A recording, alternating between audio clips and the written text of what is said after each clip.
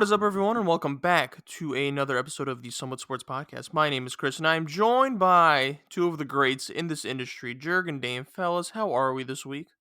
Chris, it's Thursday. It's recording time. For me, it's the happiest time of the week because this podcast is what I live for, and it's all I have left in this world. But in actuality, I love recording with you guys.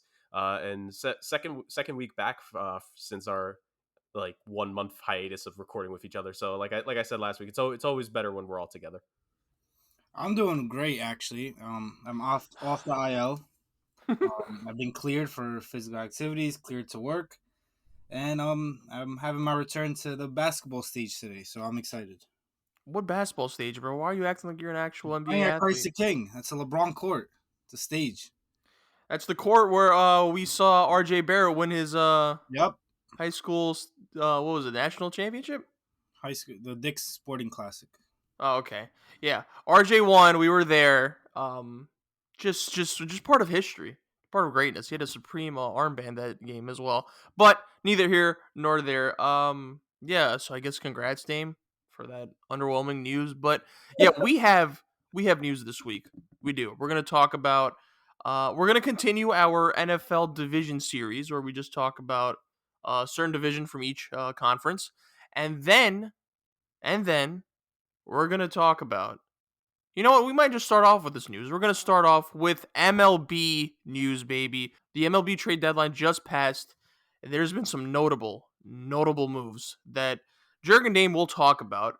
And guys, I guess I would say finally, because we haven't talked about MLB in a while. Yeah. Look, there are losers and then there's winners. And we're going to talk about both. Dame says he has a very notable loser, to my dismay, but it's cool. He has to talk about what he has to talk about. But yeah, MLB trade deadline moves, just notable moves. Not all of them, but just the important ones. I'm going to let these two goats discuss whatever they want. And then we're going to go into our NFL division series. And this week, I believe we're going to be talking about the NFC and AFC South. So, yeah. Okay, so Jurg, Dame, talk to me. What do we got in the MLB world? Well, let's get down to it. Like we've said in this intro to start, the MLB trade deadline was a couple days ago, boys.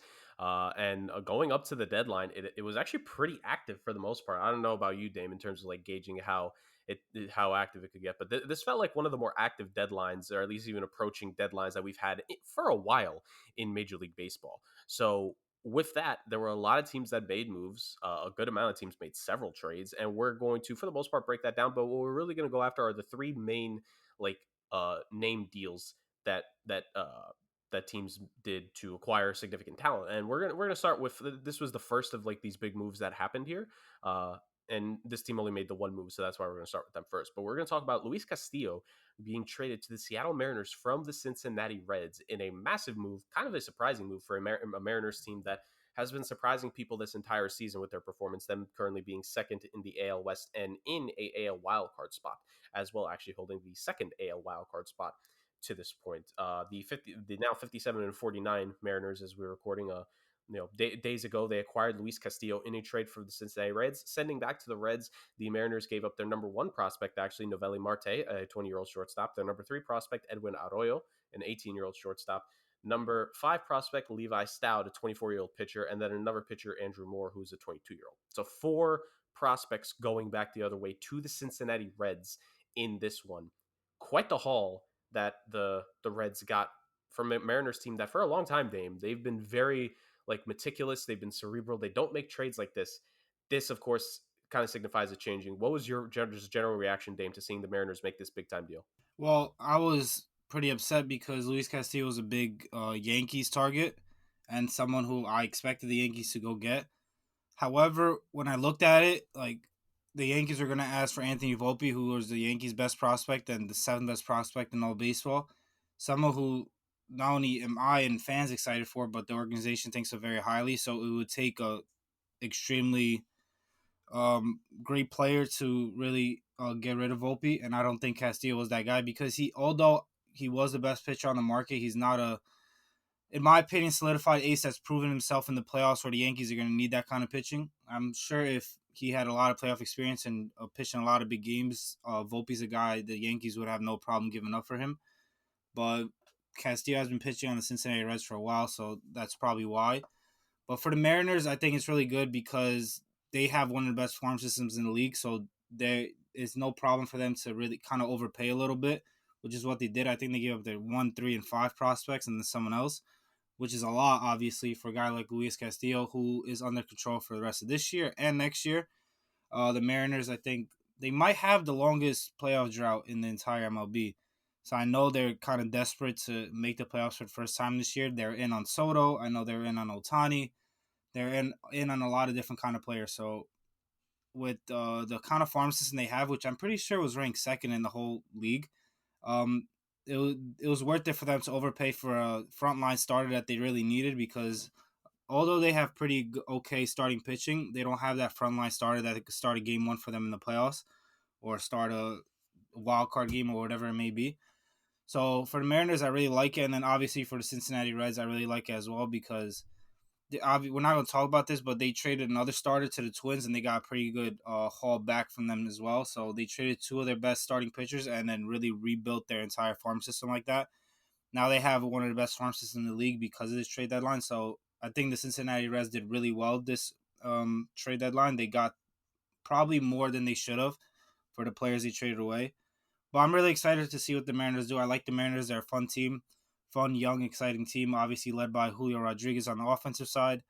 And the pitching rotation now led by Luis Castillo and a couple other young players. So I'm really excited to see where the Mariners go, and hopefully they make the playoffs for the first time in a really, really long time. Yeah, it's been like 2 decades for the Mariners, and like you said, Dane, this Mariners team being as surprising as they've been, there's not really a player on either side. Like I know Julio Rodriguez has been absolutely phenomenal this season. He's most likely the AL Rookie of the Year, but aside from him, there was not like much of a known name going onto this team. Aside from maybe Robbie Ray, you could argue, who was a Cy Young candidate last season for the Toronto Blue Jays. So you look at that, like they definitely looked at themselves and they believed they had to make the move, and it was surprising to say the very least. Like them making this move, it shocked me. Like you said, the amount they gave up also was eye opening. But at the same time, you say yourself, they've been so good for a while at drafting that I think they are going to be able to come back from this deal. Well, I shouldn't say it's a bad thing. They're going to be able to replenish the farm system easily. And like you said, Dame, like Luis Castillo, a 2-time All-Star with the Cincinnati Reds, one of the few bright spots for that organization this season. I mean, granted, they've been better since like the first 2 months of the season, but it's still been rough. It's been rough going for them for a while. And they had a like you said, just a complete like tear down in terms of pieces they gave up. They also gave up Tommy Pham, who they sent to the Red Sox. Like you had mentioned, in the Minnesota Twins deal, they gave up Tyler Mahle or Mal, however the heck you say his last name. They got a lot of prospects back, so the Cincinnati Reds definitely rebuilt themselves here. And I think for the Mariners, like you said, like this is what we like to see. We like to see teams that are in the playoff hunt make a push and make a deal that matters. And for the Seattle Mariners, who have been out of it for so long, reinvigorate the Pacific Northwest for their interest in baseball. Like this is big for the Seattle Mariners. I think this is an amazing opportunity for this team to really make some waves and to be a playoff team again in that town when the Seahawks are on downtrodden and the Seattle Kraken didn't have such a good first year. Like just for that team in general, I think it's a lot of good. So the Mariners with a big time deal for Luis Castillo. And like you had mentioned, Dame, taking him away from other teams such as the Yankees that wanted him, that was a big one as well. But just because that they lost out on Castillo, that doesn't mean that the Yankees were completely inactive at the deadline compared to some other teams. The New York Yankees, despite losing out on Castillo, they still made moves in the pitching. I'll let Dame go more into detail on maybe the prospects that were given up here, but just the two deals that happened. First one, this is the more minor one. The Yankees got Scott Effross from the Chicago Cubs in exchange for just Hayden Wesneski, the number 7 pitcher, or number 7 prospect, excuse me, a 24-year-old pitcher from the Yankees rotation, getting a relief pitcher there in the lineup. We spoke about this it was a while ago when we talked baseball, but we talked about going into the season what the Yankees had what the Yankees still needed. We talked about pitching being really the biggest need when you look at that offense, especially in how it's developed the season, with Aaron Judge being the AL MVP as of this point. And the Yankees, they listened. They made big some moves here to their pitching rotation, and not just with Effross, but they also made a deal with the Oakland Athletics. They got Frankie Montas for the starting rotation and Lou Trevino for the bullpen. So 2 bullpen arms and a starter there for the Yankees. In the A's deal, they gave up J.P. Sears, Luis Medina, Bowman, excuse me, and Ken Waldachuk. So 3 pitchers actually going the other way to the A's. I think Luis Medina probably the more notable one because he's the youngest of those 3 pitchers, and then Bowman, however is the proper way to say his name, 22-year-old second baseman. So massive moves by the Yankees, really getting some arms in that rotation. Frankie Montas, again, like the A's, Dame, to me, similar situation to the Reds, just not having a good season. That you could tell that the franchise, probably figured out early on that they were going to be sellers come the deadline, and they wanted to just get the most they could. They get rid of 2 pitchers from there. They get some young pitchers back that they could probably start either this year or at most or at latest next season, and get them in within the organization, get them on the main roster in the majors.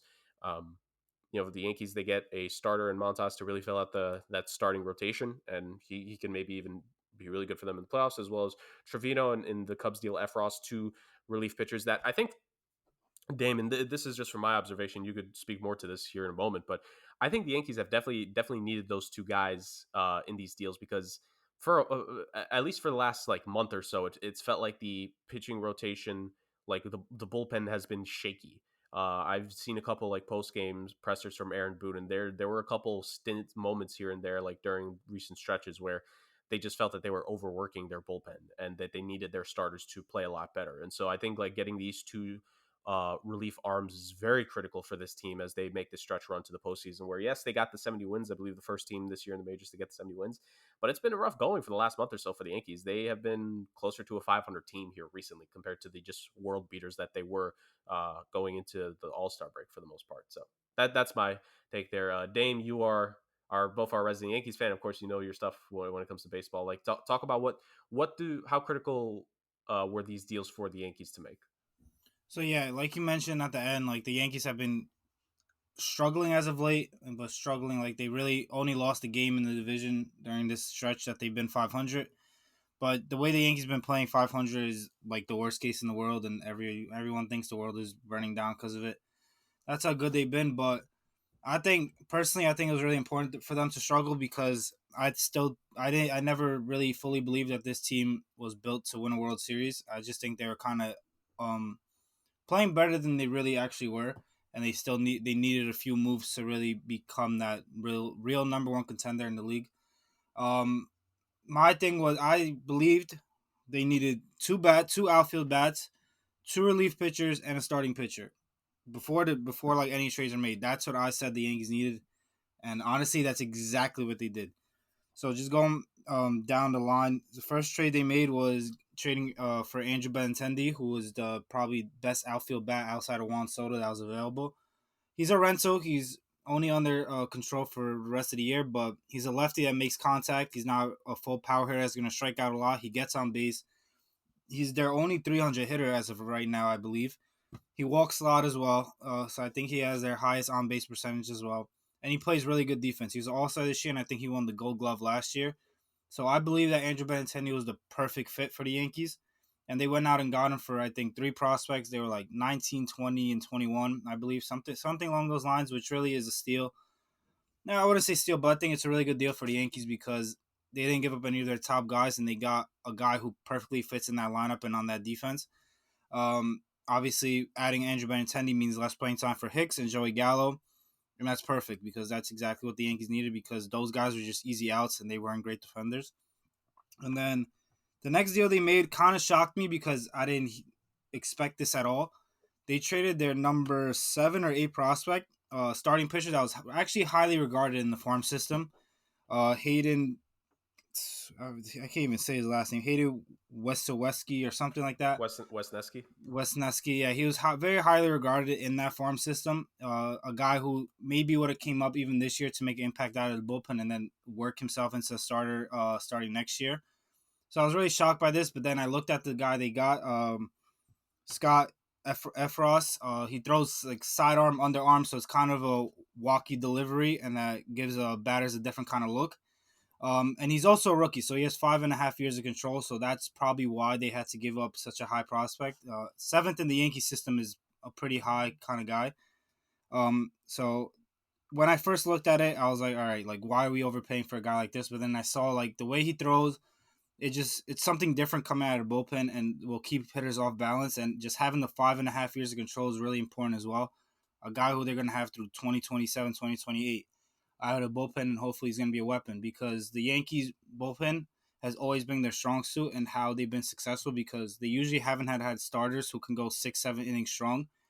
They have starters who can go 4 or 5 really strong innings and they kind of wear down. So having a strong bullpen can really help. And when you're going against the Houston Astros in the playoffs, you kind of got to give them different looks and keep them off balance. So when you could throw a guy like Jonathan Loizaga and then Clay Holmes, who are both guys who throw really hard from the right side and throw sinkers, then you go in and you throw Efros out there who throws underarm. He'll really keep these hitters off balance. So I really like this trade at the end. And then the main trade for them was trading for Frankie Montas. Obviously, they missed out on Luis Castillo because it was a very high price to pay. And then when I saw they were trading for Frankie Montas, I assumed that their number 2 prospect, Oswald Peraza, their shortstop, the 36th prospect in all baseball, was going to be the headline in this deal. Because they have obviously Volpe at shortstop, and they have a lot of shortstops in that farm system. So I assumed they would be able to get rid of him. But when the trade came out, he wasn't in the deal, which really shocked me because I assumed he would obviously be in it, and that's someone who the A's would want. But instead, they gave they gave J.P. Sears, Kevin Waldachek, and Luis Medina, and then one more guy.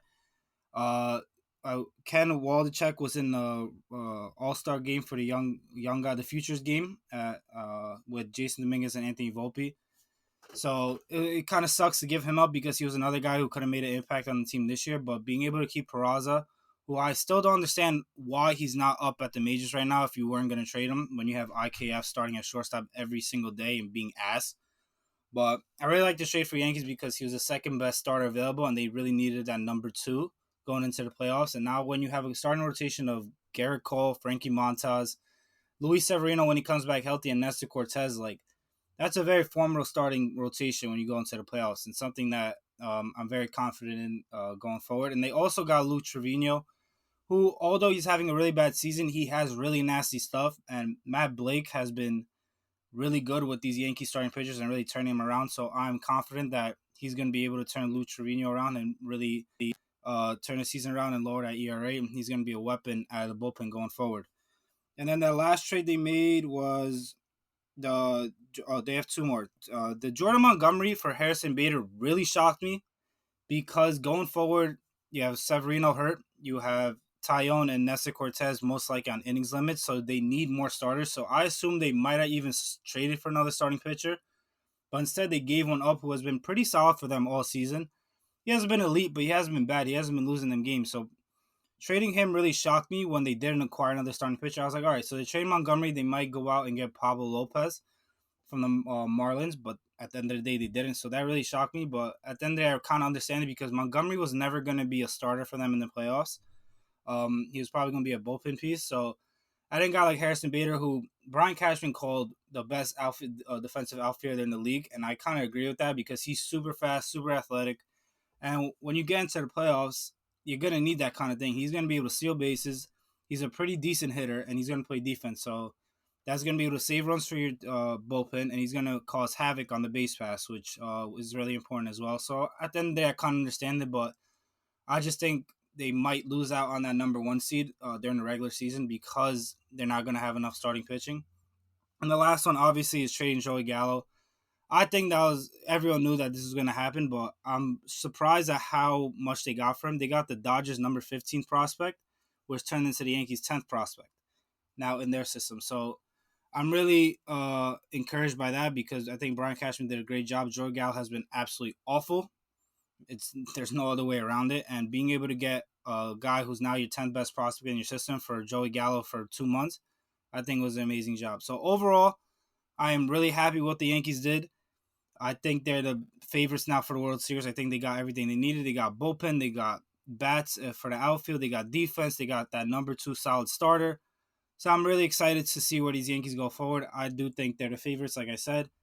And yeah, so I'm really, finally, for once, I'm really happy about what Brian Cashman and the Yankees have done. Well, that's good to know. That's good to hear. Yeah, it was definitely, and I didn't mean to leave out the hitters at first. I just definitely felt that the pitching was the biggest Yeah, thing when it came to the deadline. But yeah, no, the bet it's anything like that was you want to talk about amazing value there. Like him, he's the perfect type of hitter archetype, Dame, and just player to bring into this team to fit with the rest of the pieces that are there. Especially like you mentioned, former Gold Glove guy, his defense. He's made like also plays in the postseason as well, fielding wise. Like I just think like I believe he was the fielder that made like a big catch against the Astros in that run that the Red Sox went on when they ended up winning the World Series years back. So to me, like you add a guy like that, I think that's a big boost to the locker room. And like you said, it was definitely like the Montgomery thing shocked me as well because I didn't know in terms of like what the injury situation was with the pitching core, but I just thought that they were just going to settle with keeping like most of their pitchers there for whatever reason. But like you said, like if the instinct of the front office, if like they made so many good moves, like you just put faith and hope in that for now. I'm with you. I think the Yankees they definitely made such a they made these deals for a reason. Like I think with the season that this ball club is having, the expectation is there. They have to and want to win the championship. And I think these are definitely moves that help them in that endeavor. They just now need to make it past the rest of the slog that is the season. You know, now it's like I know we're kind of getting past the dog days of summer here, but I feel like it's like we're still in we just started August actually, so we're slowly very slowly approaching the postseason. Like I think it's gonna take a little bit of time. Like I think we're gonna see the Yankees like in the last 20 games pick it up more. So I think like right now they're just like a lot of teams, they're just going through the motions right now when it comes to this portion of the season, especially the summer. Yeah, when you have a 11 and a half game lead in the division in August, like you can look forward to what helps you in October instead of what helps you in the regular season. Although I really think the number one seed over Houston would be an incredible advantage because of how much they struggle against Houston and how good the Yankees are at home. I think keeping that number one seed is going to be really important. But however, you shouldn't just look at one team. You could lose against anybody. So I think looking forward to how you can improve in the playoffs and give yourself the best shot in the playoffs against any team is the most important thing. Yeah, for sure. So the Yankees made great pickups, and we'll see what that does for them in terms of the AL. Now on the NL side of things, that is going to certainly be a more interesting playoff picture here. As you know, we talked about the Mariners being a wild card team that made some moves. The Blue Jays made minor moves as well for a team in the AL wild card, so they're going to try uh, to to stay in the playoffs there, to say the least. But in the NL, Dame, there was a team that had a very, very active deadline, to say the very least. Of course, I'm talking about the San Diego Padres, who just made deal after deal, like days apart from another. So we're gonna start with we're gonna go from like lowest to highest, like in terms of naming these deals. So minor deal that they made. This was actually another deal that the Padres were able to make. But the that the Reds made with the team, excuse me. Brendan Drury to the Padres just for the number 6 prospect in their system. Victor Acosta, 18-year-old infielder. Drury going to the Padres. Simply put, another bat in the lineup. He could hit like I heard some analysis from their manager. Well, not analysis, but talk from their manager that they liked that what he could potentially do on the other side of the play. That he could attack, like be a really good option for lefties. And He had a grand slam yesterday in his first game. yeah, so In the like first inning. it's already paying off dividends for them. So that was a great move right there by the Padres. That's one of those very much like playoff type moves. It's like a guy who's not the biggest name, but he's going to make an impact in the lineup in some way, shape, or form with his bat. Now that was the smallest of moves. And again, ladies and gentlemen, he had a grand slam in his first at bat. So, that for that being the smallest move, that says something. But the Padres, they made a massive two deals in when it came to their rotation. One of them, however, was a contract extension. They actually extended Joe Musgrove to a deal, which was a very good and also a very good bargain. Actually, like 5 years, I think it was 5 years, 100 mil. Like for how he's been pitching the last like year and a half, too. Like that's great. So great value for the Padres there. But of course, trade wise, a deal that I don't know about you, Dame. Like I don't know. Like to me, this was the most shocking deal in terms of the guy that got traded. But Josh Hader was traded from the Brewers in exchange for Taylor Rogers, who was essentially like to an extent the closer for the Padres in most situations. For him, Denelson Lemet and 2 prospects, Estory Ruiz and Robert Gasser, two 23-year-olds, 23-year-old prospects from the Padres. This was a shock to say the least. Uh, Dame, so I'll just throw it to you. Like the Josh Hader deal to me surprised me, and it also told me it's like, well, the Brewers they have an idea on things now. They do still have Devin Williams, who like it's him and Hader have like ran the NL Reliever of the Year award the last 4 years. Like Hader's won 3 of the last 4, and the one that he didn't win, it was actually Devin Williams. So the Brewers are still in the spot there, but like this was such a massive acquisition for the Padres pitching wise. Now he has been struggling ever since like the first two and a half months of the season. It's been a bit tougher, but maybe a change of scenery is what he needs. And for the Padres to make this kind of move, Dame, like, I mean, we're talking about moves. We're going to get to the big one here, but like Josh Hader as a closer, as a guy who's done it before, that was a massive acquisition for the Padres there, Dame. Yeah, like you mentioned, like this is the most surprising one in my opinion because Josh Hader was traded from a team that I'm pretty sure is first in their division or second in the division. They're obviously a contender and most likely going to make the playoffs. So that's why no one really thought Josh Hader would get moved. I guess the Brewers looked at it as like they're going to have to pay him in a year or 2 years or whatever it may be, and they just don't think it's worth it. So they went out and they got a couple prospects and got Taylor Rogers, who fit in right in their bullpen. Maybe he obviously won't be as good as Josh Hader, um, but he's a solid guy who can keep them winning ball games. And like you mentioned, Josh Hader, although his ERA is in the fours, it's really kind of ballooned because of two outings where he had like 9 earned runs and like getting 1 out in one of the games and like 6 in the other ninth. So like 15 runs are really in 2 innings. So that's kind of what ballooned his ERA. But other than that, for the first 2 months of the season, I think he didn't even give up a run. So he's been really elite this year, although his ERA might not seem it. So adding him to the Padres, obviously we're gonna get to their other move. A team who has a starting rotation that's pretty good, a lineup that's sick.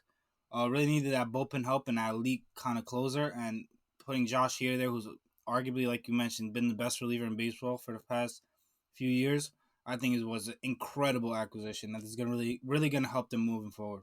Yeah, an absolute statement. And like he's one of the guys that could come out the bullpen and just absolutely end like a 1-2-3. And yes, he has struggled recently, but I think a lot of people would put their money on the 3-time NL reliever of the year to find his stride, especially on this new team. And like you said, for the Brewers, it is interesting, but at the end of the day, like you said, it comes down to having to pay him more money soon. Like he's already making a good bit now. What he could make, who knows? Maybe like a Aroldis Chapman type money, which would certainly be interesting to see like those negotiations happen eventually. But it the Brewers definitely have like what they feel is a good enough team right now, and they got a little bit of value back. And for the Padres, like this, just another name that they add to that team. And because of the disappointment that was last season, you could tell that it was very clear that they want to make the impact. Speaking of impact, let's not waste any more time here. Dame, the weeks leading up to the deadline, we kept hearing the rumblings. It finally happened. But then it went from rumblings to true rumors that Juan Soto is not long for Washington. He's going to be traded here soon. He declined a 15-year extension with the team. A lot of people were just pointing out the money, but you got to understand the big thing there is the years. He didn't want to be tied down to one place for 15 years, and now he gets moved to a place where will they be able to pay him? They already have a couple big deals, but moving Eric Hosmer to the Boston Red Sox was certainly something that helped. But Juan Soto and Josh Bell, worth noting, but the Washington Nationals pulled off the blockbuster wild deal of trading Juan Soto and Josh Bell to the San Diego Padres in exchange for Luke Voigt, for CJ Abrams, a 21-year-old shortstop who I believe this is his debut season with the Padres, or if not, yeah. Okay, so his rookie season. The number one prospect from the Padres farm system, Robert Hassel III. The number 3 prospect from the, by the way, Hassel, 20-year-old outfielder. James Wood, the number 3 prospect from the Padres system, a 19-year-old outfielder. Jarlin Susano, I'm struggling with the last name, but a 18-year-old pitcher, international guy that they brought in recently, and Mackenzie Gore, a 23-year-old who's recently like been on the team. Like Gore and Abrams, both former top prospects in the system, now essentially like on the team. They essentially got like 5 prospects, you could say. Like 2 of them are former prospects, but 5 young pieces back in this deal for Juan Soto did the Nationals get. So massive deal. Nationals, that championship core is completely blown the hell up, except for Strasburg and Patrick Corbin, who Corbin's career essentially looks done, and Steven Strasburg may retire early due to injuries. I'm not saying that there are reports for that. I'm just saying like it's been rough ever since they won that World Series, to say the least, and they paid him. But my ideas regardless. Dame, the blockbuster deal, like we talked about, last season when they traded Scherzer and Turner, that was a big deal to the Dodgers. Other deadline deals of the past. No, this was the biggest trade we've seen in Major League Baseball in a while. Just what were your thoughts and reactions here, Dame, simply put, to Juan Soto being dealt?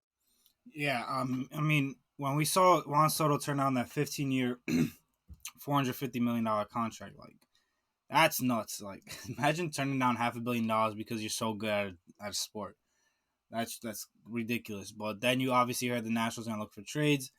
And as the weeks went on, like, Suter started getting cutting off. Like, The Mets got cut off. Obviously, they're in division. Blue Jays got cut off. Mariners got cut off. Yankees got cut off. And at the end of the day, it came down to three teams: the Cardinals, Padres, and Dodgers.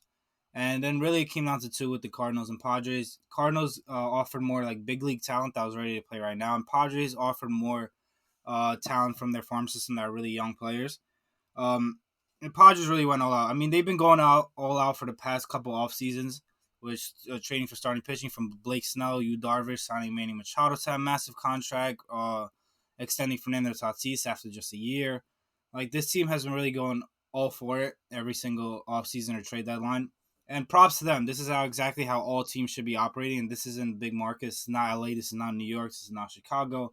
This is San Diego. And seeing what they're doing makes me jealous because the Yankees haven't been doing this for the past couple seasons and makes me sad. But at the end of the day, this is a massive deal for the Padres. I mean, when you can have a lineup of 2, 3, 4 of Manny Machado, Fernando Tatis, and Juan Soto, that's absolutely ridiculous. Like, it's a pitcher's nightmare. And being able to add a guy like Josh Bell, who's highly coveted on the trade market as well, and putting him right in that lineup to really extend it is amazing. Obviously, a lefty bat as well. And you saw what happened in the first game that they all played together, including Drury. Like, they were up 5 or 6-0 in the first inning. Soto walked, Bell walked, and they had bases loaded, and Drury hit a grand slam. So I really love the sort of Padres. Hopefully they don't have a meltdown like they did last year. Last year they started off really good and they had a meltdown in the second half. I think no one hopes for that because everyone wants to see Juan Soto, Manny Machado, and Fernando Tatis line up in the playoffs and see how electric that could be. So I think the Padres will make the playoffs. I think they'll be a tough out for everybody. As for the national side of the deal, I love it. They got obviously probably the best package in return ever in any kind of trade. You got C.J. Abrams, who last year was, when he was prospect eligible, he was a top 10 prospect in all baseball, the top shortstop prospect, I believe. Mackenzie Gore, who obviously he's been pretty good for the Padres when he came up this year, his rookie season. He was also a top 10 prospect in all baseball last year when he was eligible. I'm pretty sure the second best pitching prospect, but best lefty pitching prospect. So they got two top 10 prospects from last year. Then they got Robert Hansel, who was a 21 ranked prospect in all baseball this year, and he's really young as well. And a guy who's not ranked in the top 100, but evaluators were raving about was James Wood. I think he's like 6'5", 240, a huge bat. Someone who a lot of scouts and team executives believe could lead the league in home runs one day. So being able to get him in the deal, although when people really kind of look at the trade, they look for where the prospect is ranked on the top 100, and James Wood isn't ranked yet because he's so young. But being able to get him in the deal, obviously Susana or whatever his name is, the pitcher, was a really good ad as well. And getting Luke Voigt kind of just to fill in for the deal. Nationals did amazing. Just to throw shade at the Nationals, they've had Bryce Harper, Trey Turner, Max Scherzer, and Juan Soto, and Anthony Rendon on the team for the past 3 years, and they've lost all of them. Makes no sense to me. And out of all of them, they only re-signed Steven Strasburg, who arguably is probably the worst out of all of them. So just throwing shade at them, that's kind of ridiculous. But I love this deal for both sides. The Nationals obviously weren't going to re-sign Soto. He didn't want to be stuck in a Mike Trout situation where he got all this money, mega deal, but he's stuck losing his entire career and having all this pressure on him and not getting anywhere. Soto wants to be on the biggest stage. He wants to be winning. And all props to him. He turned down $500 million to be traded to a franchise that's ready to win now and is going to put in all their resources to make their club a winning team. So I love this for both sides, mostly for the Padres because they're going all out to really win. And, man, I'm excited to watch them in the playoffs because that's going to be exciting. And also worth noting here, Dame, like if he does end up signing long term in San Diego, look, I'm sorry, Washington D.C. Dame, where would you rather sign for 15 years for, Washington D.C. or San Oh, Diego? San Diego's beautiful. For one, it's beautiful to live in, and then obviously the winning and all the resources into winning is just exactly where you want to be. Yeah. So and he like Fernando Tatis signed long term there, like Juan Soto. Like this is the funny thing, Dame. I remember having a podcast a while back with like a couple friends of mine, and we had talked about Vladimir Guerrero Jr., Juan Soto, Fernando Tatis, and there was one more name, or Ronald Acuna, and we were talking about those four guys like being pillars for baseball for years to come. Two of them are on the same team now. Like That is absolutely wild. That is a level of talent collection that you expect from the Yankees or the Dodgers or even the Red Sox, but not the Padres. I think this is a big statement that the Padres are trying to overcome everything to make themselves like a premier team now. I think they want that badly. I think they're tired of being little brother. Everyone's tired of being little brother to the Dodgers in California, but I think especially because of the deals that were made last year, because of the hype that was behind the idea of the Dodgers Padres meeting up in the playoffs, I think they want that matchup to happen, and they want it to they want to be able to win that series.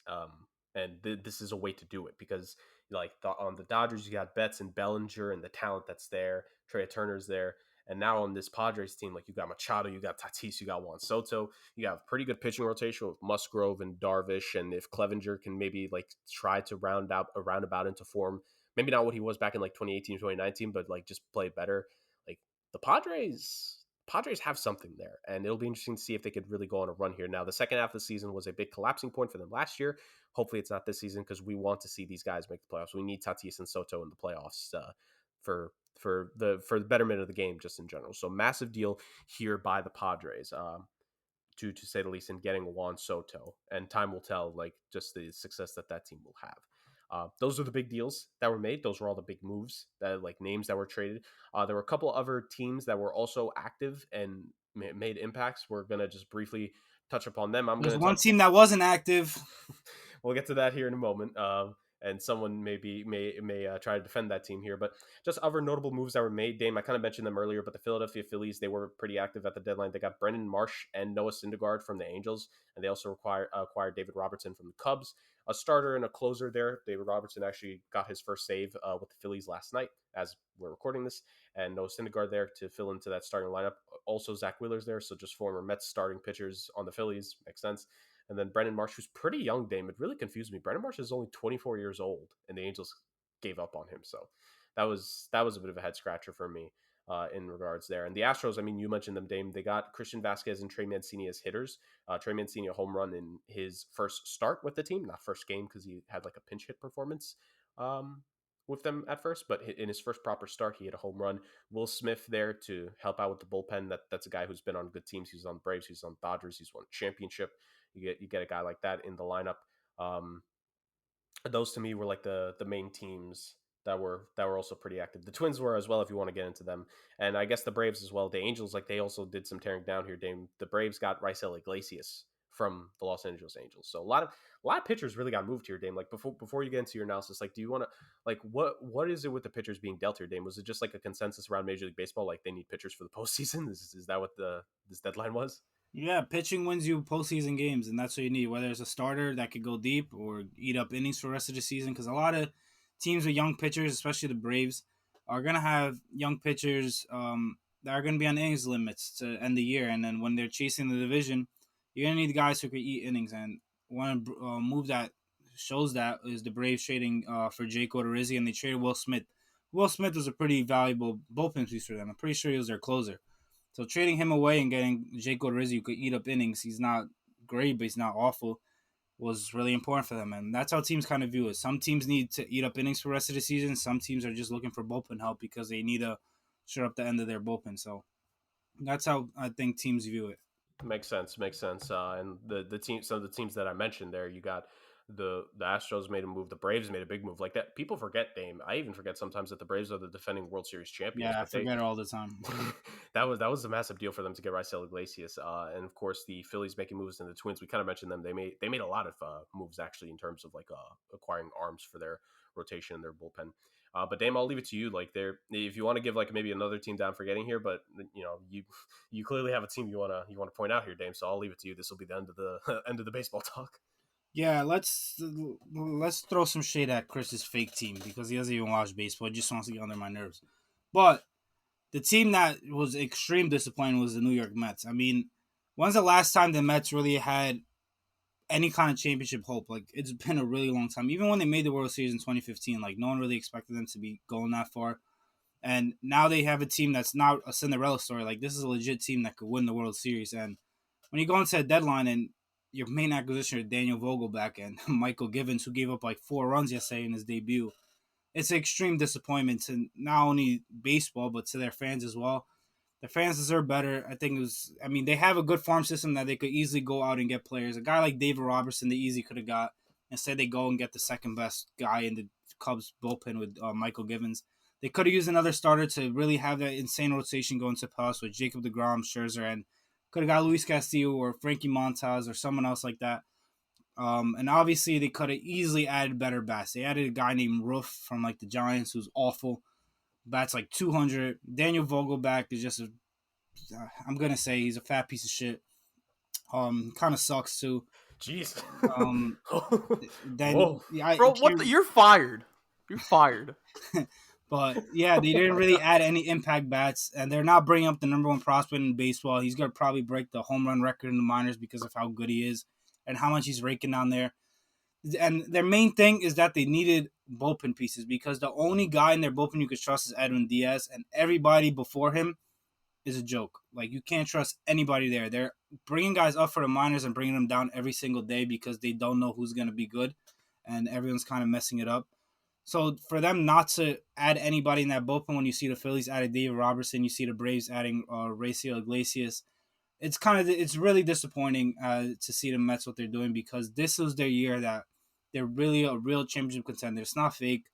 I know I said they're going to collapse in the second half, but it's not looking like they are. It looks like they actually have a real chance to win the World Series. But after seeing this deadline, I just don't see it happening because in the postseason, bullpen is so important because guys are going to make the starters work. They're going to get out the game eventually. No one really goes 9-8 innings in the playoffs because of how intense it is. So bullpen is so important. And when DeGrom's going to throw you 6 shutout innings, but then 7 and 8, they're going to blow it before you can get to even Edwin Diaz. It's a disappointment. So, really, I think the biggest loser by far is the Mets in this postseason. And I'm not just saying that to blow Chris's chops or Now you are. anything like that, but it's really disappointing to see because they have such a good farm system. There were so many targets out there that this team needed to fill because they have a lot of holes. Like, their offense isn't elite. Their bullpen is weak.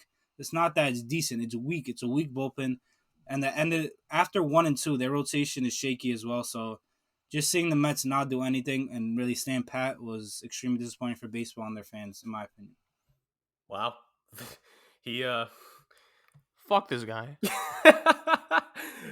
Wow, I don't know how to react there. I mean, the Mets didn't make any moves, and that, like, to an extent, kind of surprised me. But I mean, I'll take your word for it, Dame. Like, yeah, I mean, I'm always one to see teams make moves, and I as well was a bit disappointed that the Mets didn't do anything. But we'll see if maybe that, I don't know, maybe they'll make another run to the World Series and lose in the World Series again in 5 games, like they did back in 2015. We were freshmen in college when the Mets made the World Series and they lost that. That's actually kind of crazy to think about. Our first semesters actually too. That puts it even more perspective, boys. Everything that's transpired since. But yeah, that wraps up the MLB trade deadline talk. We will try to bring back more baseball, ladies and gentlemen. I promise. I know it's been a while, but like other sports, like postseasons and off seasons take precedent, especially once like June, July hits in baseball, and it's like, oh, okay, like this baseball. That's it. So we will try to ramp things up, especially come the postseason. We'll definitely talk about the postseason when that comes around, of course. The end of season awards, we'll definitely have some conversations there. I know Dame is very hopeful that there's a Yankee player that's going to win the AL MVP award, and It's locked. It's locked. You could just forget about everybody else. It's locked. Lock it in. So we have that. Of course, we have a Mets fan here who's hopeful that his team is going to make a run. We'll see what happens there. But yes, there will be more baseball talk here on the channel very shortly, guys. Don't you worry. It's baseball's time is coming. So just wait and see. But speaking of the time is coming, because as we're recording this, of course, once again we're recording on Thursday. The NFL Hall of Fame game is tonight. And so that means, guys, football is back. Chris, take it away for the rest of it. Yeah, football is back. Which means more gambling for certain degenerates that we know of. But anyway, neither here nor there. We are Fantasy football, continuing. baby.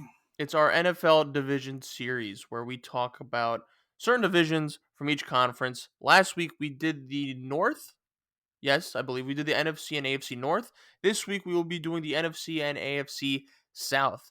Now, in this series, basically we just talk about the teams in the teams in the division, and what we think their ceiling is, how we think they're going to perform, our expectations going into our expectations for them going into the season, what we're bullish on, what we're bearish on, all that good stuff. So we're gonna go by teams one by one, Dame, one by one, not all of them. But yeah, so we're gonna start off.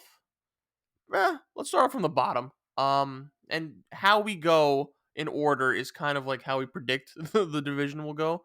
So yeah, I say we start off with the Houston Texans. Dame, let me start off with you on this one. I mean, we don't have to like spend too much time on the Texans. Like they drafted, I believe, Derek Stingley Jr. With their third pick. They re-signed Brandon Cooks. They re-signed Desmond King. Yeah, and look, they traded Deshaun Watson. They got 3 first rounders back in total. They're clearly rebuilding. I think the general consensus is that this team is going to be last. Probably going to be another top 5 worst team in the NFL. Can we agree on that? Yeah, for sure. For Okay. sure. Yeah. So again, I don't want to spend too much time on this one, but Dame expectations for the Texans going into the season include Davis Mills. I mean, I don't think we all hate Davis Mills, but he's probably a stopgap QB until next year, where there's going to be a plethora of quality quarterbacks that the Texans will likely choose from. So, Dame, expectations for the Texans going into the season? There's no expectations. Like this team's gonna be awful, but I think there's probably a few people in the Texans organization that want to see what David Mills is about because he was pretty good last season for them. No, I wouldn't say great, but he wasn't bad, and maybe there's a little potential there. So they're probably gonna ride out the season with him and see how he is to see if they need to draft another quarterback. But they're probably gonna be the worst team, if not one of the worst teams, if not the worst team in the league, and they're gonna be most likely drafting another quarterback in this draft. Um, their defense is bad. Obviously, their offense is bad. This is just a season to see if Davis Mills is the guy or if they're going to be drafting another quarterback in this upcoming draft. So to me, there's really no expectations. Like they know they're going to be bad, and everybody knows they're going to be bad. Yeah. We'll keep this quick. This is a chance for guys on that roster to put some good tape on to maybe like get careers for themselves, like for young guys and for veterans to maybe like a last chance saloon type deal. Ain't really much there other than that, like aside from the young pieces on this team to hopefully like have good seasons. Um, yeah, no, I can't really say much. Like Lovie Smith, he's like he's a stopgap coach, stopgap quarterback. Might as well be a stopgap franchise at this point. Like the Texans are just not going to be good for 2022. Let's be real here. Jeez. All right. Okay. Let's move on. It's an extra bye week. There's the analysis. Sure. Jaguars. Let's go Jaguars next. Now, I would say they had an eventful offseason. So oof, they fire Urban Meyer. Thank God. Yeah. They hired Doug Peterson as their coach. Trevor Lawrence, another year under his belt. First overall pick, they drafted Trayvon Walker, to the surprise of many. They signed Christian Kirk, which opened up Pandora's box in the wide receiver market. They signed Zay Jones, Evan Ingram, for better or for worse. They also signed, I believe, Jurg Cam Robinson. Yep. Okay, so and they get Travis Etienne back, I believe, because he Yep. was out for the season last year, so he'll be back. So guys, look, they made moves. I think they will be better. I still don't think they're going to be good, but they will be better. I am interested to see how much Trevor Lawrence progresses a little bit now that he has kind of somewhat of a stable environment around him. Look, they're not crazy good weapons, but they're better weapons than what he had last year. So yeah, I think I can't say I'm bullish on them, but like the thing is, the expectations for the Jaguars isn't that high for me to the point where I'm just like, yeah, I'm bullish on them. Yeah, expectations for the Jaguars going into next season, Jurg? The expectation is that they're just going to be more competitive. You get rid of that human cancer in Urban Meyer, and football is better without him in every which way. I hope he never goes back to college football either. But you get Doug Peterson in there, which say what you will, and I've had my opinions about Doug Peterson before. I think he's actually a pretty good coach for where this team is at in terms of a second year Trevor Lawrence, some young guys on this team, some free agent acquisitions that they made. It's about putting last season behind you. I think like even Doug Peterson said this is a complete like reset for this team, and I think they needed that after last year, and I think they're going to get that. They're like Trevor Lawrence. I think this is going to be his real rookie season, quote unquote. I know last year he played, but I like this being his first year with Doug Peterson. I think Doug Peterson's going to be able to get some good stuff out of him, like he did with Carson Wentz. I think you have a decent receiving core. It's not the greatest, but you have a decent receiving core. Laviska Shenault, I'm hoping he has a breakout campaign because like that's a guy who I think most have expected to be pretty good there. You have a decent offensive line, not spectacular, but decent enough. You have some pieces on that defense as well. I think the expectation is to be competitive with the Jags, to not just like when they win a game, it's like, you know what, the Jaguars, like for us to be like they're building something rather than how the heck did they win that game, like their 9-6 win over the Buffalo Bills last season. Like that's what you want. You want to see Trevor Lawrence progress. You want to see Josh Allen continue to be one of the great young pass rushers in the game. You want to see if Christian Kirk lives up to that contract, being one of the most influential wide receivers in the last decade in the NFL for, not for his play but for other things. Like it's various things that you want to see from the Jags. What I want to see this season personally. So I looked it up, ladies and gentlemen. On the Jaguars' all-time coaching wins, right? Tied for 5th place with 2 wins is 3 coaches. So if Doug Peterson gets 3 wins this season, he will be the 5th winningest coach in Jacksonville Jaguars history. I am here for Doug Peterson climbing up this list. I hope Doug Peterson can like have like a 15-win season and be in the top 3 for this organization, or top 4 in their all-time win list. Because like for me, that's the kind of chaos and just like fun that I love to personally see. But in all seriousness, I just think putting last year behind them and being a good organization is something big, because you had the issues with Tom Coughlin and his tenure at the end. Even though they had like that one good year in Jacksonville with that defense, there were like the off the field issues, behind the scenes issues with Coughlin. Of course, you have last year with Meyer. If they can cultivate a proper environment, I think that'd be a big step for Jacksonville this year. So I think that should be the goal for the Jags, to make people want to play there next season. Yeah, I mean, I view the Jaguars kind of equally as a seed of Lions, someone we talked about last year. It was a really bad team last year and still going to be bad, but you could see the future with them. Obviously, with the Jaguars compared to the Lions, they have their franchise QB going forward. But you could see the steps going forward, how this team could be really good going forward with the draft picks, the young players at skill positions on the defense. The coaching, obviously, they got rid of Urban Meyer, which is fantastic. I think Doug Peterson was the best hire of the entire offseason. I think he's going to do wonders for Trevor Lawrence in that offense. I'm really excited to see Travis Etienne this season. He obviously missed last season with a foot injury. Probably going to have him in every single fantasy league, so I'm excited for that. But having an offense with Travis Etienne, James Robinson, and Trevor Lawrence, and having Doug Peterson at the helm, running that offense, I think you're going to see a lot of flashes of what they could be going forward for the next few seasons or 10 years, whatever it may be. Their defense is all right as well. Obviously, Josh Allen off the edge. They have a couple corners as well. So this team overall has a lot of good young players going into the future, and they have a really good core. So I'm really excited to see where they go. I think they won't be the worst team in that division because the Texans are there, but I think they'll be probably the second worst behind them. But I'm excited I think you're going to see a lot of flashes of what the Jaguars could be going forward this season. All right. Let's move on over to the Titans, fellas. Titans, Derrick Henry will be healthy, I believe, fully. They lost A.J. Brown, which is obviously a significant loss, but they drafted Treylon Burks. They traded for Robert Woods, I believe. I don't know if he'll be healthy enough, but still, another wide receiver, another weapon for Ryan Tannehill. Fellas, I don't know. It's weird because the Titans are always like good, but like we kind of know their ceiling, so it's kind of difficult to talk about them.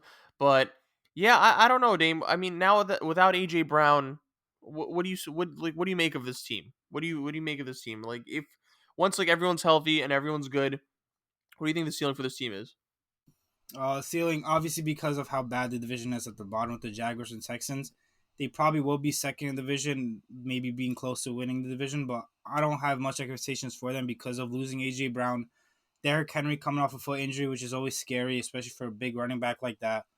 They had some hits at offensive line as well, and all they did is really add Robert Woods and Treylon Burks. But I know the recent reports are that Treylon Burks has really improved his conditioning and been a stud in training camp. But to begin, I saw a lot of videos where he was really out of shape, throwing up, and he really couldn't get through a lot of practices. But overall, it comes down to Ryan Tannehill, and I just don't think he's a good quarterback, and I don't think they'll be able to lean on Derrick Henry as much this year because they're might be a little conservative with his foot injury, but they might have no other choice because of how they don't have AJ Brown on the outside. I get Robert Woods is good, but he's not as good as AJ Brown. He can't go 80 yards with it if you throw him a slant, something AJ Brown has done over and over again, and really maybe boost Ryan Tannehill's numbers a bit. So I think they might have to lean on Derrick Henry a lot more this season, but you just never know with that foot. And yeah, their defense it's all right. They have a great head coach in Mike Vrabel who's going to make their offense and defense look a lot better than it is. But I just don't have much hope for them because at the end of the day, as long as Ryan Tannehill's your quarterback, I can't really have faith in you. We know the ceiling for this team. If they make the playoffs, they're going to lose immediately in the whatever their first game is, because with Ryan Tannehill and just overall the organization, they're not good enough to win a playoff game. It looks more and more that AFC Championship game was really much of a fluke, that appearance, and I'm just so glad for it, especially once again, who predicted them to lose in the playoffs to the Bengals last year? Yes. I'm not even bragging about that over Damon Chris. I'm just bragging and lauding over the corpse that I hope to be the Tennessee Titans this season. The season's going to go one of two ways. Either they're going to win the division or they're only going to be like an 8-win team, and we're finally going to see that them fall apart. Them losing Roger Saffold, I think, was a big loss to that offensive line, and Derrick Henry being injured last year shows that, he isn't indestructible, and another Derrick Henry injury will be just absolutely just backbreaking to them for their offense as a whole. Them losing AJ Brown and Julio Jones. I know Julio Jones was not 100% healthy last season, but losing your top two weapons and now having to rely on a rookie wide receiver, which, I mean, I hope all the best for Traylon Burks. I did like him in the draft process. And Robert Woods, who's coming back from an ACL injury, from all intents and purposes, from what I'm seeing, he's progressing fine. Like, this is the definition of why you like a Ryan Tannehill. Everything needs to be perfect around him. Not everything is perfect. Your running back is coming off an injury stopped season. You lost a little bit on the offensive line. Your offensive line is also like Taylor Lewan. He was a great left tackle for a long time. I think last season kind of showed, like, I think he's losing a step, to at least in my mind. So I think the offensive line took a step back. The running back is coming back from injury. You lost receiving weapons. It's that offense ain't looking great. They got some weapons on the defense. I actually am a fan of a couple of pieces on the defense, but I think the only way the Tennessee Titans, or maybe even the Indianapolis Colts, I have a little bit more faith in the Colts, but I think the only way the Tennessee Titans make the playoffs is because of the winning the division. If they don't win the division, to me, this is not a playoff team. If they're not the top seed here, they're not even going to sniff the postseason. And I'm going to very much enjoy over the fact that this team could hopefully and finally miss the playoffs, and Malik Willis maybe gets his time to shine late in the season for that transition. Yeah, I've never, like, unlike a lot of people, I've never been a fan of Mike Vrabel. Like, I understand the whole, like, him, like, he's very much, I think, in the Dan Campbell mode. Maybe he's a little bit more, like, skillful with, like, the play calling and stuff, but I'm not a big believer in him as, like, being the guy to really help make a difference for this team. I don't think, I just don't think it's there. I think Tennessee's, whatever their quote unquote window was, I think that ship has set sailed, and we're going to see that in full force this season. So that's my thoughts on the Titans. And Titans fall sometimes, boys. Titans collapse, and this is going to be another case of that. I think they're in store for a disappointing 2022, whether it be in the regular season or the postseason. All right, let's move on over to the Colts. Now, fellas, I think this is an underrated team that not a lot of people talk about in terms of who they think is going to go far in the playoffs. Possible title contender, maybe, who knows? But look, they get rid of Carson Wentz, so automatically that's a plus. They bring in Matt Ryan, Jonathan Taylor. Everyone is expecting him to have the standout season amongst all players in the NFL. I think they added Stephon Gilmore, so you add some cornerback help. Their wide receiver core is a bit suspect, but other than that, elite defense. Yeah, and then of course you get the plus. You get an improvement at the quarterback position. You get Matt Ryan, who could still play, man, who could still throw that ball. So, Jurg, I'm gonna stick with you. Expectations for the Colts this upcoming season. I think they should win the division. Like you said, they have a very strong running game with Jonathan Taylor leading the way, and Nyheim Hines is a very good, like, two-way back. Like, I think, and we spoke about this when we spoke about Matt Ryan to the Colts. Like, this is very reminiscent of the Falcons when, like, in their best years with Matt Ryan. You had the Devontae Freeman, who was that run first, run into, like, straight into the teeth of the defense type back with Jonathan Taylor, who is even better than what Freeman was at his peak. And you have Nyheim Hines, who's like their Tevin Coleman, who it's more about total touches and what he could do in the receiving game out of the backfield, really, for Hines. So I think you have that. I think you have a good offensive play calling coach in Frank Reich. I don't think he's going to be afraid to really let it rip. I think and the offensive line is still very good on this team for the most part. I think the biggest thing for the Colts, offensively speaking, is going to be the receivers. Like Michael Pittman Jr. needs to step up. I think Paris Campbell and Zach Pascal are still on the team. Maybe I'm forgetting a guy off the top of my head who maybe could make an impact, but I think though like that receiving core needs to step up. They didn't really add anything. They're also like T.Y. Hilton's still a free agent. I think he's essentially like his days in Indy are good as numbered. But yeah, like the big thing is, can this receiving core step up? And Michael Pittman Jr. I think is the biggest one. I'm expecting him to have a big breakout season. He's got to have at least 1,000+ receiving yards, maybe even more for this team if they're going to be the playoff contender we all believe. Because kind of like the Titans, again, I have a little bit more faith in the Colts compared to the Titans. I will always have more faith in any team compared to the Tennessee Titans.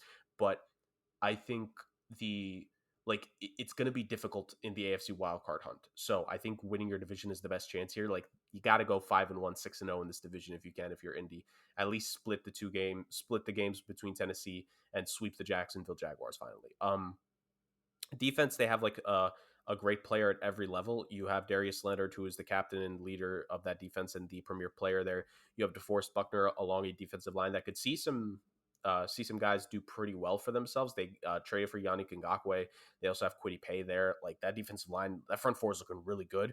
And then in the backfield, they did get a little bit weaker because they had to trade Rock Ya-Sin, but you got Stephon Gilmore, Gilly Locks can help. You have a pretty good, a solid secondary there for the most part. Like I like Indy. I think they're a really well coached team, and I like I mean, you kind of said with the order we're going in, but that personally, they're my pick to win the division. I think that should be the expectation. And we've seen like the last time they made the playoffs, they were dangerously close to knocking out the Bills. They were a throw away from defeating the Buffalo Bills a couple years ago in the playoffs. So yeah, I think that's my expectation for them personally.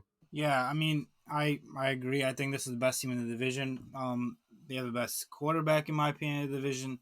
I know it's not much to compare with Ryan Tannehill, second year Trevor Lawrence and Davis Mills, but he is the best quarterback in the division. They have the best running back in the division. They have the best offensive line in the division, and they have the best defense in the division. So on all levels, I think they have the best position groups in the entire division. And I don't think that they didn't make the playoffs last year because they lost to the Jags and Carson Wentz absolutely disappeared. But I don't think that's going to happen with Matt Ryan. He's a seasoned veteran who may not win you games anymore like he used to in his MVP season, but he's not going to lose you a lot of games. They're going to make the offensive game plan pretty easy for him to throw to Michael Pittman. Just give the ball to Jonathan Taylor, make him run it 25 times a game, and hopefully replicate what he did last year. They're going to rely on that defense to get a lot of turnovers and takeaways to give the ball to that offense and keep the ball away from the opposing offenses as well by keep running it down their throats. So, yeah, I mean, they don't have much competition in the division, and I just think just being so much better at every single level and having a guy like Matt Ryan who is such a stable quarterback compared to Carson Wentz, who just didn't know what you're going to get every single game with him, I think is what's really going to make the difference this year for them and why I don't see how they lose this division. I think if they don't win the division, it's just going to be not because they couldn't win it, but it's just because they lost it for themselves. So Yeah, barring any injury as well, yeah, Dane. yeah. Okay, we move on over to. Well, I was going to say real quick, we're assuming all these teams are healthy. Yeah, for sure. So Okay, let's move on over to the NFC South. All right, fellas, let's start with the Falcons, shall we? yeah. Okay. Obviously, we talked about it. They lose Matt Ryan, and then that signified the beginning of a rebuild. We don't have that much expectations for the Falcons. They draft Desmond Ridder, who could, seems to be like their quarterback of the future. I don't know if he'll start immediately, which leads us to them signing Marcus Mariota. They drafted Drake London, of course. He seems to be like a stud. So yeah, the expectations aren't high for the Falcons. I do think they have some decent pieces here to jumpstart that rebuild. I think Kyle Pitts will. I think he will be better than last year. I obviously had high expectations for him coming out of the draft. I think he'll live up to them now that he has a year under his belt. I think he'll be more involved in the offense. I think with Calvin Ridley suspended, I don't know the timetable for that, but he's going to be gone. So it seems like Drake London and Kyle Pitts will be the two primary options, and then Cordell Patterson as well.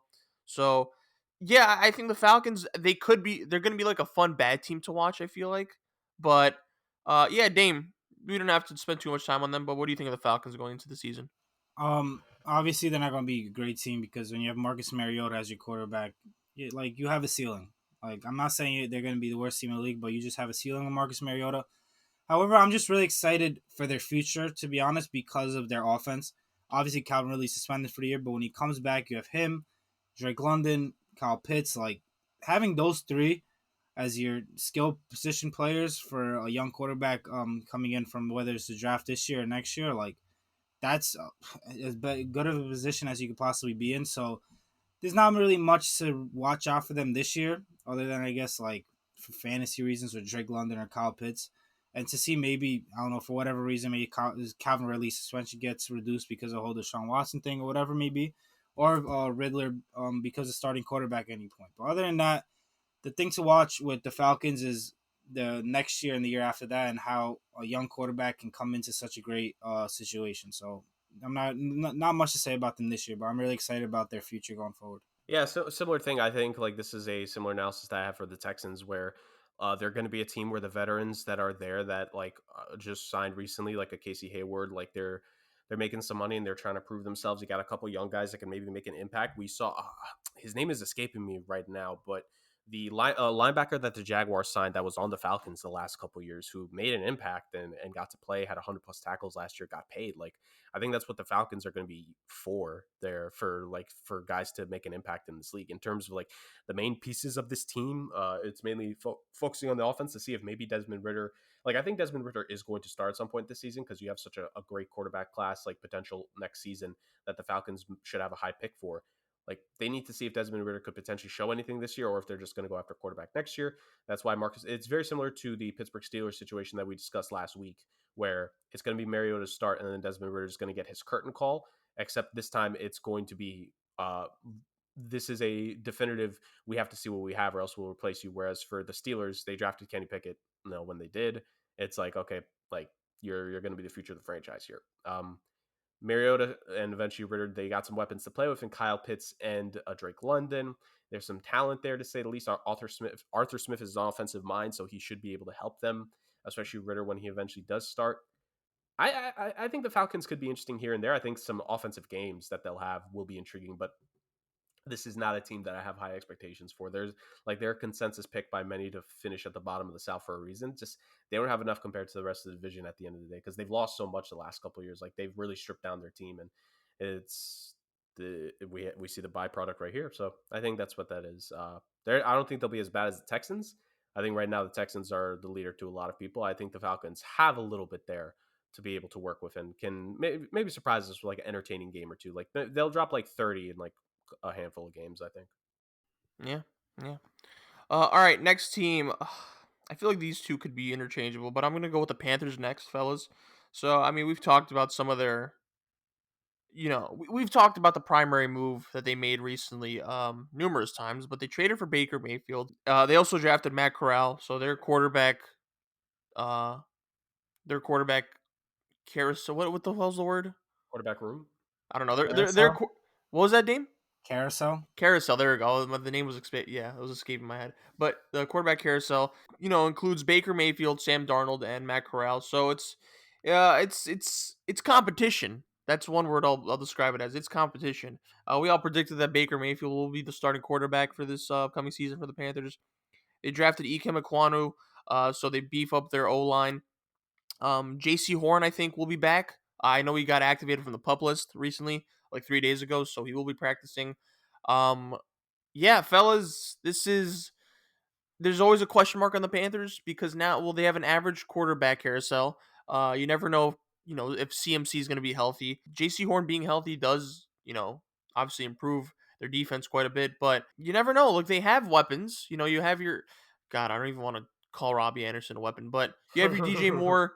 You have your Robbie Anderson. I believe they have Terrence Marshall Jr., which, I think could be a solid wide receiver 3, to be honest. So they have weapons. They have decent weapons to play with, but it's always a question mark because you don't know how Baker Mayfield's going to gel with the team. You don't know if Christian McCaffrey will be healthy, but on paper they should be decent, but you never know. You never know. So who did I start? I think I started with Dame. Jurg, what do we think about the Panthers going into the season? The Panthers are a very interesting team because you look at what that offense could be. You have the potential there if Christian McCaffrey's healthy to be an outstanding weapon for Baker Mayfield.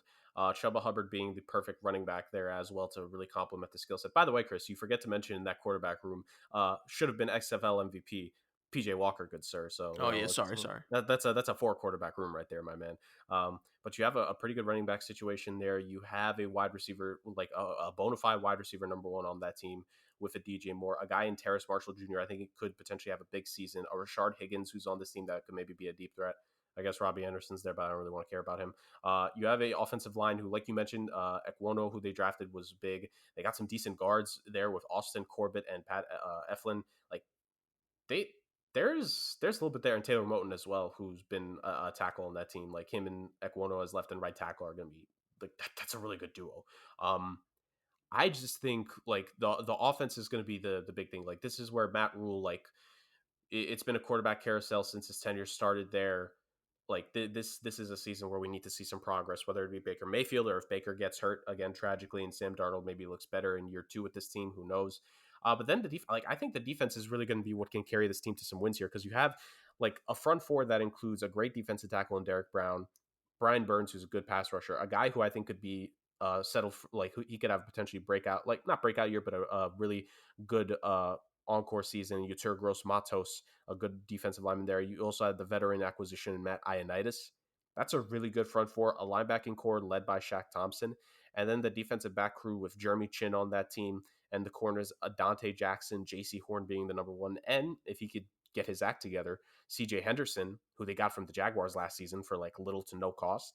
There's a lot of talent on this Carolina Panthers team that Matt Rule has to play with. It's just all about putting the pieces together. Like the Panthers, to me, of all the teams we've reviewed so far, I think they're the biggest enigma. If they get 6 wins, I think Rule is fired, but they could maybe get 10 wins and surprise us. Like that's legitimately the up and down, the sway of this team. So I think the offense has some potential depending on things. I think that defense can win them games. That defense looked good last season, but remember, like because their offense was starting to fall apart, like the defense got tired and they eventually looked a little bit worse, but they were still pretty good. I think if they can put it together offensively, I think this Carolina Panthers team could be a real like X factor for this upcoming season. Yeah, this Panthers team is probably the most interesting team in this division because of the quarterback controversy and bringing in Baker when you just trade a second round pick for Darnold. So it's going to be really interesting to see who's going to start the season. In my opinion, is going to be Baker because you saw what you had in Darnold already. And they're not going to let Baker sit on the bench after he requested a trade because he had to go sit on the bench behind Watson. So I think with Baker starting the season, you obviously have the weapons on the offensive side. You have Christian McCaffrey. You have DJ Moore. I'm not going to call Robbie Anderson a weapon, but he's not that much of a scrub. He just acts like a scrub. I don't know. Yeah, he just looks like a scrub. He's like 120 pounds, like whatever. Then obviously Terrace Marshall as well. They added Aquanu on the offensive line in the draft as well. So adding him and Morton on the tackle sides, like that's going to really help their quarterback be protected. This offense has the potential to be a really good offense. It just comes down to the quarterback play and as well Christian McCaffrey's health, because Sam Darnold started the season really well last year, and the second McCaffrey got hurt, it all went downhill. And their defense, like Jurg mentioned, is pretty good as well. Brian Burns obviously on the outside. You have the cornerbacks, C.J. Henderson and J.C. Horn. So all around, this team has the potential to be a pretty decent team. Do I see them being a real playoff contender? No, I don't, because I just think Baker or Sam Darnold really has kind of a ceiling, and that defense isn't elite enough. But I think this is a really interesting and exciting team to look for, because I do think they will have games where they really challenge some of the best teams in the league, and some games where their offense just looks absolutely unstoppable as long as the quarterback is on his game because of all the weapons they do have. So I think this is a really fun and interesting team to look forward to this season. For sure. A wait and see approach for the Panthers from all of us. But yeah, we move on over to the New Orleans Saints. Now, fellas, another question mark of a team, because I do believe this team made a lot of noise this offseason. And I do think they have a makings of a playoff team, especially in the NFC. So Taysom Hill has a rib injury, so I think he might be out to start the year. Me and Jurg have gone back and forth in terms of like whether or not we think Jameis Winston will be able to start the season.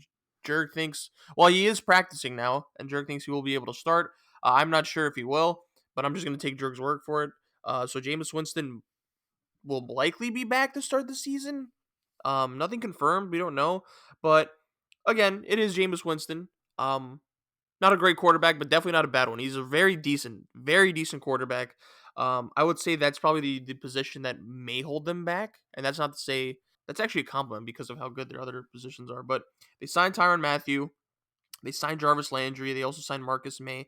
They drafted Chris Olave and they drafted Trevor Penning. They lost Marcus Williams to the Baltimore Ravens. Alvin Kamara is suspended for the first 6 games. And apparently Michael Thomas is practicing now. Could be a fantasy sleeper, by the way. But anyway, yeah. So they got some weapons, man. The Saints got some weapons. I just think their quarterback position is a question mark because again, Taysom Hill, it is Taysom Hill, healthy or not, it is Taysom Hill. You don't know how Jameis Winston's going to be after the injury.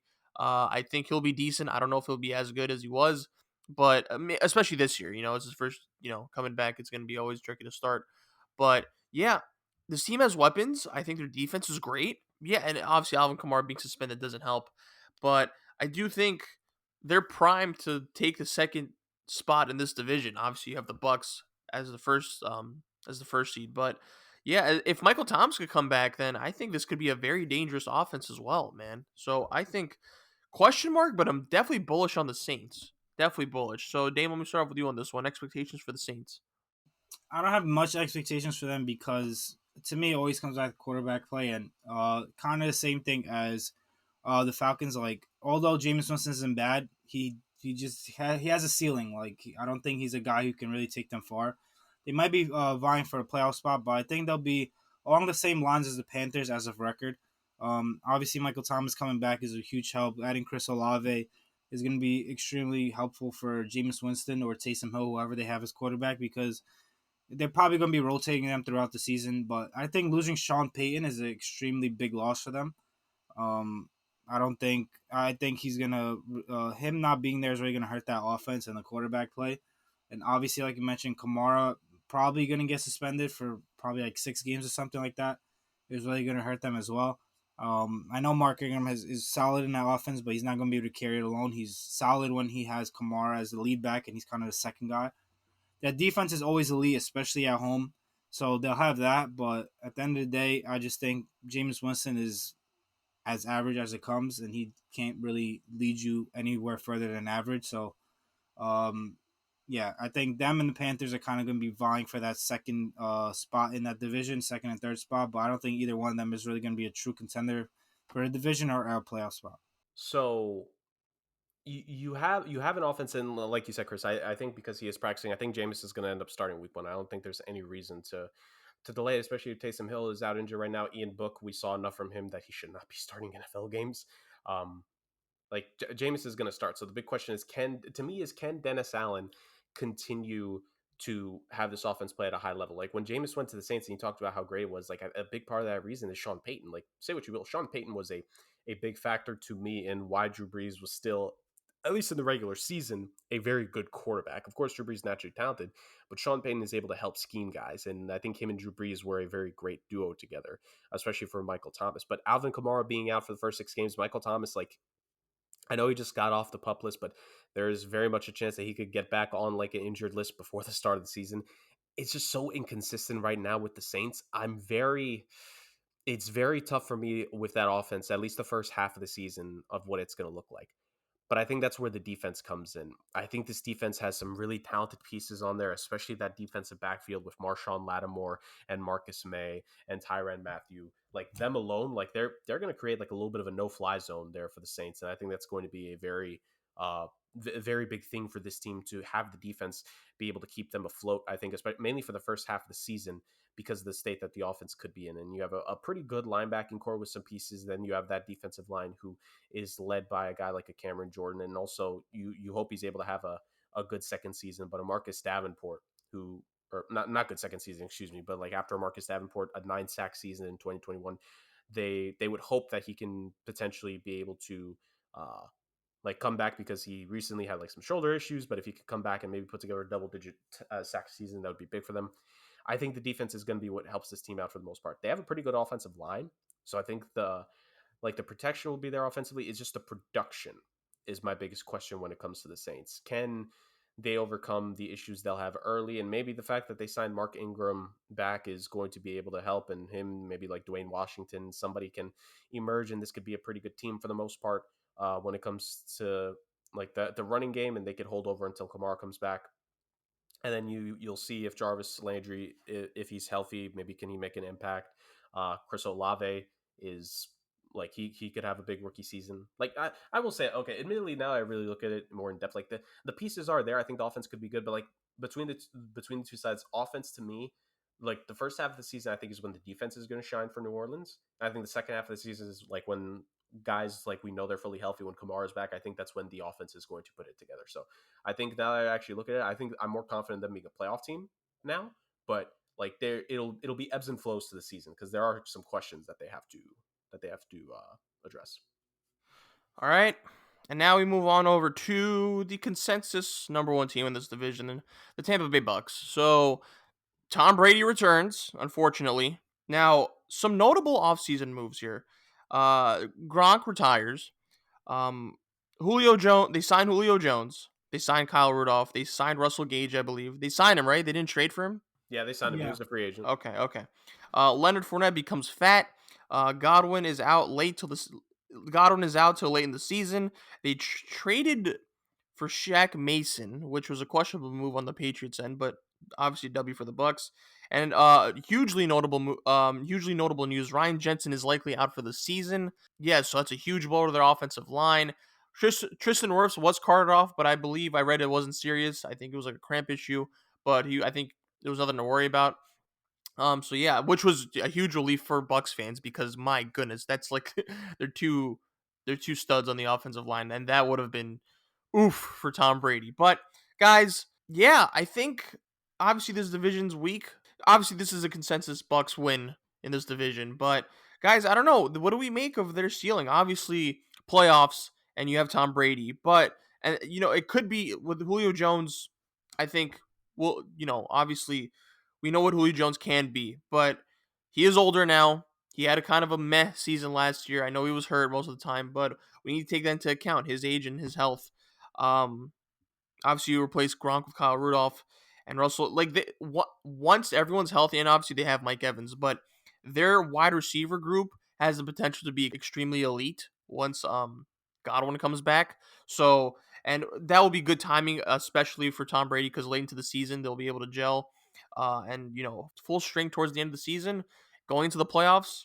Again, good timing, of course, for Brady, but I do think the Ryan Jensen injury does hurt them a lot, a lot, a lot. So they're gonna be the Bucks. They're gonna win their division. They'll probably, you know, make into the second round to the playoffs. But you know, some question marks. Definitely some question marks. Jurg, let me start off with you. What do you make of the Bucks this upcoming season? Obviously, taking into like we know that they're gonna win the division, but this is a championship aspirations type of team. So also take that into account when you make your predictions here. Right. I think the thing with Tampa Bay is that it's a combination of, yes, how are they going to be, but also like how does the rest of the field stack up in terms of the NFC contenders? Like, look, at the end of the day, Tom Brady can fix a lot of things with an offense, and like the fact that they have the receiving weapons there. Yes, the running back room right now, because Leonard Fournette isn't coming in at peak physical condition, it might be a question, but I think that's going to be settled about like as the season progresses.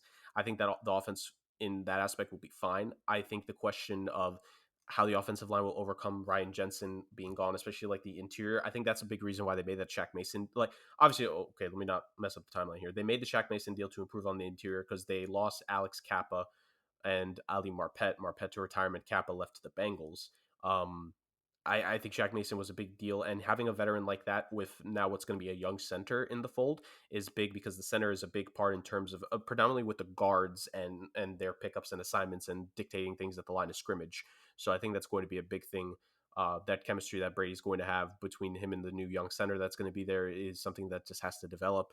Can't really do much about that aside from playing the games. I think it'll take a little bit of time, but I do think the offensive line will get it together here. There's too much talent. If Tristan Wirfs, it really is just a cramp, like him being there as one of their bookend tackles. Donovan Smith, again, they have Shaq Mason who has chemistry and knows Tom Brady. Like, I think they'll be relatively fine there. My thing is the defense, and like the Buccaneers defense looked a bit old last season, so they got rid of some of the old guys. JPP and Ndamukong Suh are no longer there. They got Akeem Hicks. They still have their main linebacking core with Levante David and Devin White, and they do still have Shaquille Barrett there. But they added a couple young pieces, mainly Logan Hall along the defensive line. Like they need some more sack production there. And the defensive backfield to me is a question because aside from Carlton Davis, like you need someone else to really step up. Like Sean Murphy Bunting or Jamal Dean needs to really step up to be that number 2 corner on this team.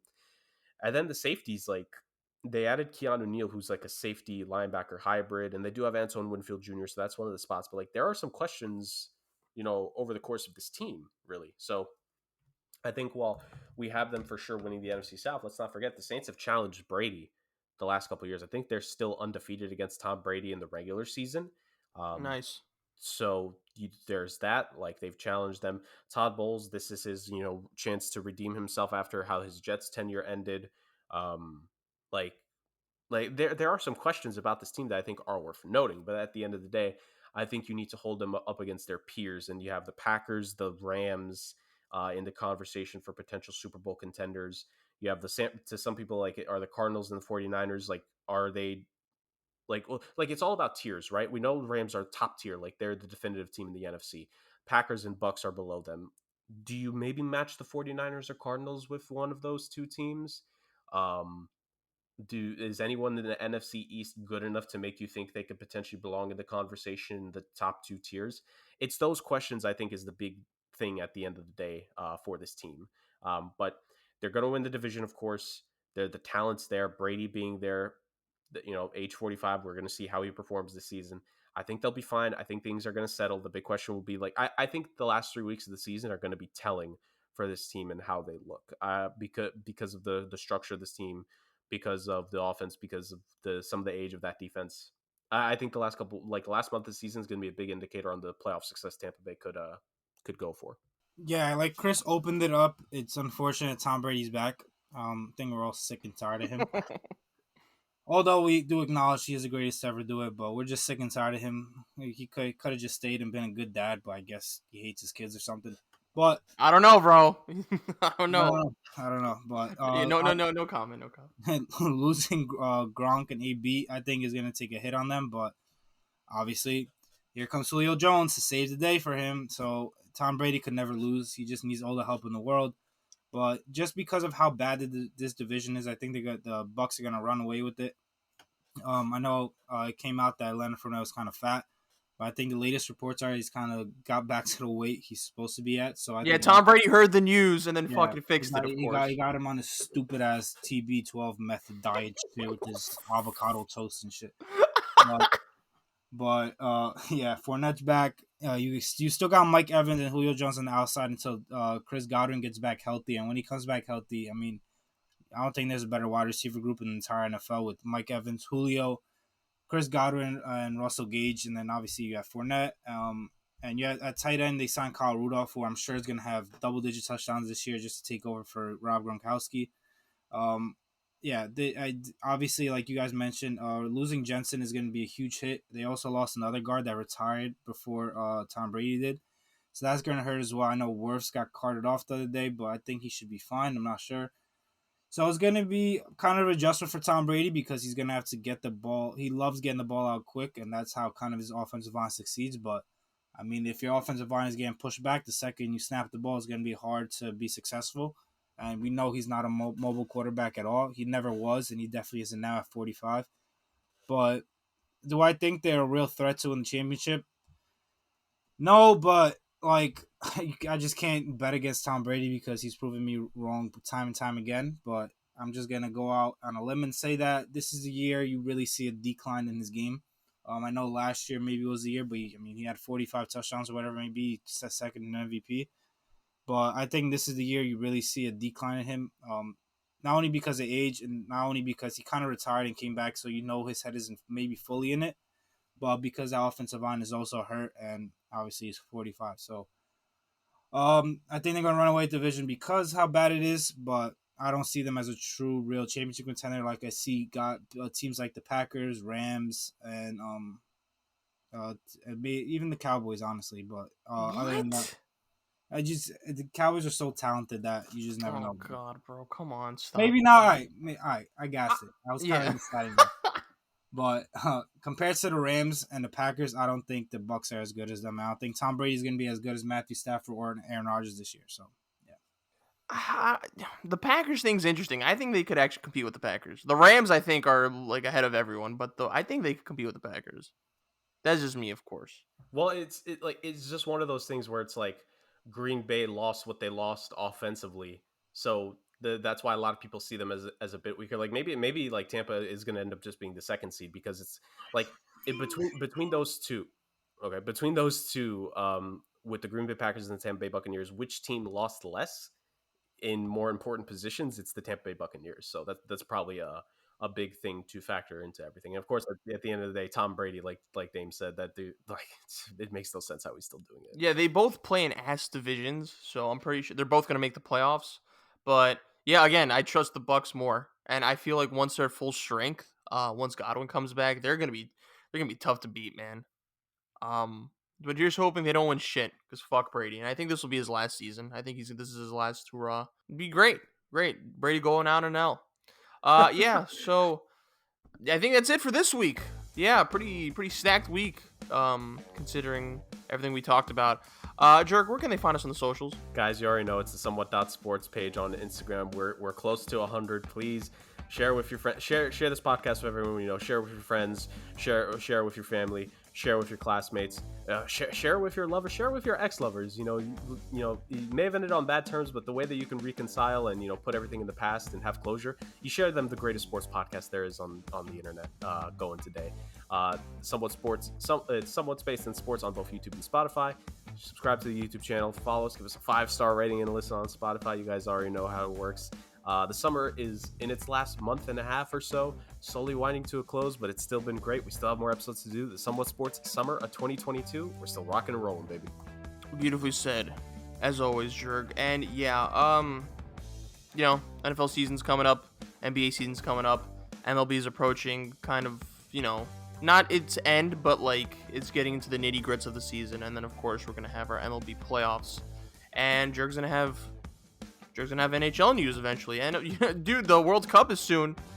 Sports, very, it's up right now. It's up. Definitely going into the winter as well and in the fall. But yeah, Jurg and Dame, phenomenal job as always. To all the listeners listening, if you made it this far, we appreciate the shit out of you. Thank you. And until next time, peace.